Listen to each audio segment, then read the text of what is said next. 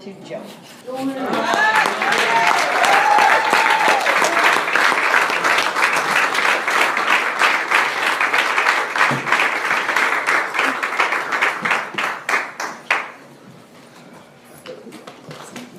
My name is Joey, and I'm a very grateful recovered alcoholic.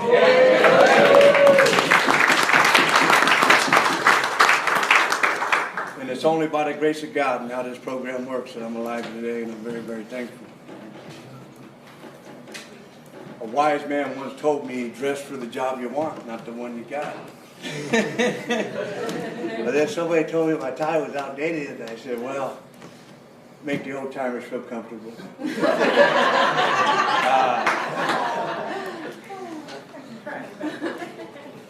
Just when you think you ain't got no friends, you know.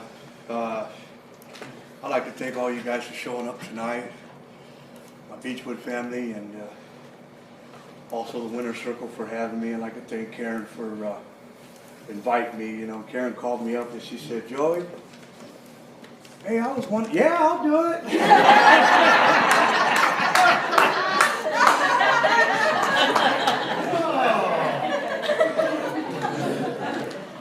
Because it's such an honor and a privilege to be up here to talk about the one thing that's done so much for me and my family here. I started out with a little joke. I was a young man when I joined the Army, and it's a true story though. They sent me out to Fort Bend in Georgia, and first 2 weeks of training were nothing but hell weeks, they called them, you know, push-ups and sit-ups and stuff. And on the third week of training is when we first got our M16s. And so they took us all out there on the firing line, and we all got down like this. And that old drill sergeant, then the targets came up like this, and we're all aiming like this. And that old drill sergeant raised his hand. He looked around, he said, fire at will. And boom, boom, boom, boom, boom, boom, boom. With the smoke cleared, I was the only one that didn't fire a shot. And so I'm down like this, and that old drill come up to me and he said, boy, what the hell's the matter with you? Didn't you hear me say fire at will? I said, I heard you, Sergeant, but which one's will?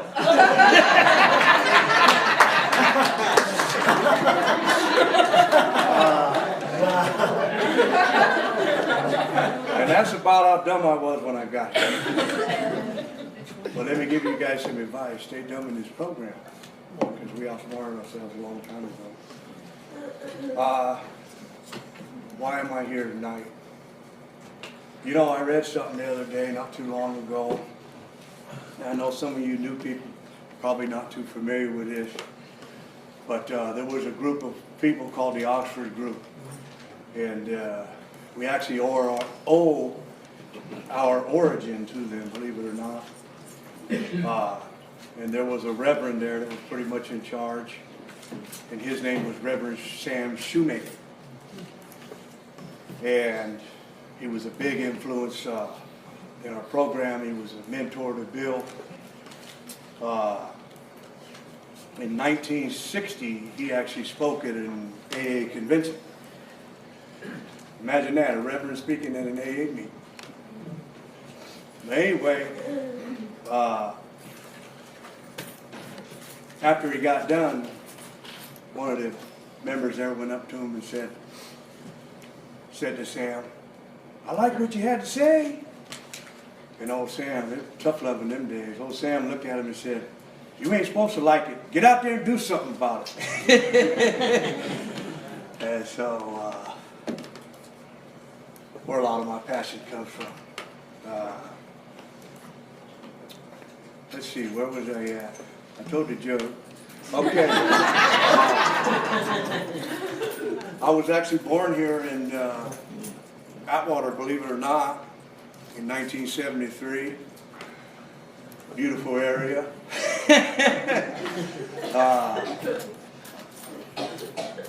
From about as far back as I can remember, there's something wrong with me. I remember growing up as a kid, wanting to be like everybody else. I remember being around family members and not, it was just like it was them and a wall between us and me. Yeah. I remember as a kid, and I was pretty much a loner, I would go to my grandma's house when I was real young and tend to play by myself and not play with myself, play by myself.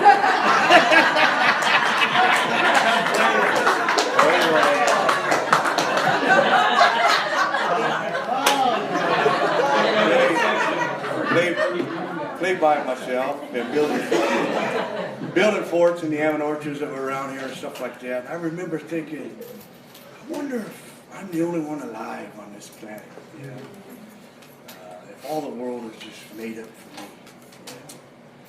And today I know that is very, very self-centered. Yeah. My parents divorced when I was young.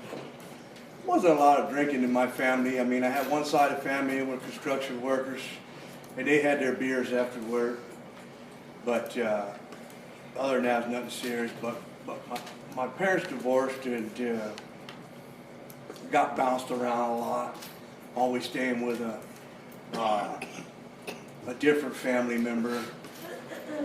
And when you're irritable, restless, discontented at an early age, it gets very uncomfortable, you know. And I can remember trying to sit in at the dinner table with them and just didn't want to be there, you know. There was something missing. And so anyway, I had one family member that he was my grandpa, and he later would become a big part of my recovery, believe it or not. But we were really, really close. And his name was Cliff Montgomery, and he retired at Castle. But he got sober in the 50s in Texas. But at a very young age, I felt real connected to him. You know, we shared that common bond, and I didn't know a thing about him, you know. And I would see him cry sometimes off by himself as an old man. And I would see him chain smoke like he was in deep, deep thought. And I identified with all of that stuff. You know, he'd come watch me at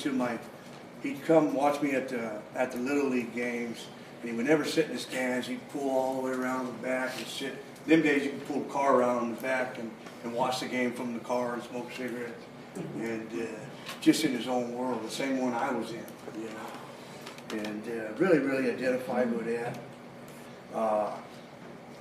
He used to pick me up and take me fishing, and he was always, 5 in the morning, he was happier than hell, you know. And he used to look over at me in the car and he'd say, "Joey, you're a good kid, but who likes good kids?" And then later on, I was to find out that that's an old AA saying. But we are just kids. And matter of fact, I was told, and I also see where we're not in here to learn how to quit drinking. We're in here to learn how to grow up.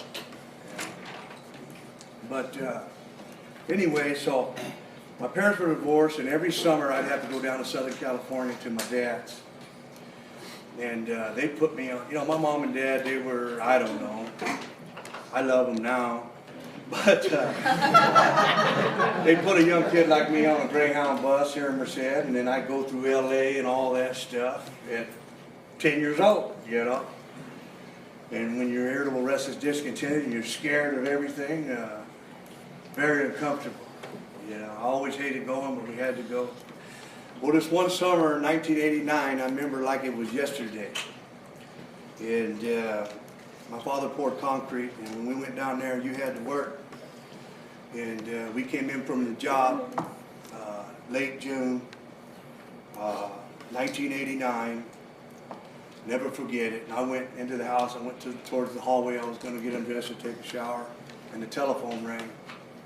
And then I kind of peeped that way, and I seen my dad, and he had a look on his face like something wasn't right. He looked at me, and I went like this, and he goes, "Your grandpa died." And I never felt a hurt like that before. You know, that was really the first time that I ever experienced losing a loved one, especially somebody that close, you know. And I've heard stories about how I've lost some friends already in AA, believe it or not, just in my almost 5 years. But I hear stories about how, you know, people lose their sponsors or lose fellow members, and it's a different hurt, you know, because of that common bond that we share. You know. So I started crying, and my father said, "Get in the truck and let's go to town." My father didn't drink. We went to town, and I remember it like it was yesterday. We pulled over to this park in Riverside, California, on Magnolia Street. And it was about 5, 6 in the evening. And he went over across the street. He told me to go sit over there at the bench. And he went and he bought 2 of them 4-packs of Bartles and James wine coolers. Yeah. And I always had a soft spot for wine ever since then, you know. But he came back across the street and he laid a blanket out and he was talking. I guess he was trying to make me feel better or what, you know. And the funny thing is, I just talked to my dad yesterday, and he always wants to talk about the same thing. We're on good terms now, real good terms. But I told him I was speaking tonight and blah, blah, blah. But anyway, he goes, "Yeah, I'll never forget." He don't forget it either. He goes, "I'll never forget that day in the park when I got you those wine coolers.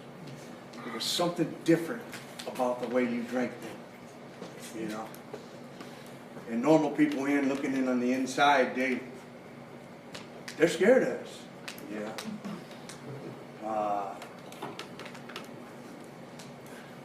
But I drank them wine coolers, and I didn't know it then. But as our book says, when we get that great sense of ease and comfort with just a couple of drinks, you know, drinks we see others drinking with no consequence, and we pursue this illusion into the gates of insanity and death, you know. And anyway, summer's over, funeral's over, and I went back to school, high school, and I was 16 years old at that time, by the way. And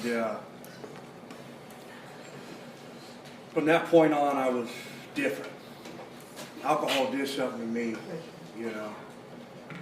But I'm not knowing what it's doing. You know what I'm saying? I see it now, but I didn't see it then. But when I drank, I fit in. When I drank, I could talk to the girls all of a sudden and all that stuff. You know, when everybody else was worried about graduating school, I was usually the guy setting up the next party. You know, and just became one of them kids that into mischief and stuff like that. You know, ditching school, shoplifting, you know, stuff like that. And I graduated high school, and my life was going nowhere. And I'm bouncing around, staying with grandma, staying with mom, staying over here. You know, that's how we are. Carrying a little suitcase. I carried that little suitcase all the way up till I was like 35. Believe it or not. I still got it in my closet. But a cousin of mine had got out of the Coast Guard, you know, and we went and had a few beers, and you know, he was talking about the military, and he you know, he put a big ass idea in my head. He said, "Hey, you ought to join the military, you know, get out of here and go out and see this and that, and blah, blah, blah." And I said, "Man, that's a good idea." And so I went right down to the recruiter's office the next day, you know, and 2 weeks later, I'm in Georgia. And I remember pulling up on the way to, we flew out of Fresno into Atlanta, and then there was a bus there that picked all the new recruits up and take them over to a place called Fort Benning, Georgia, Sand Hill.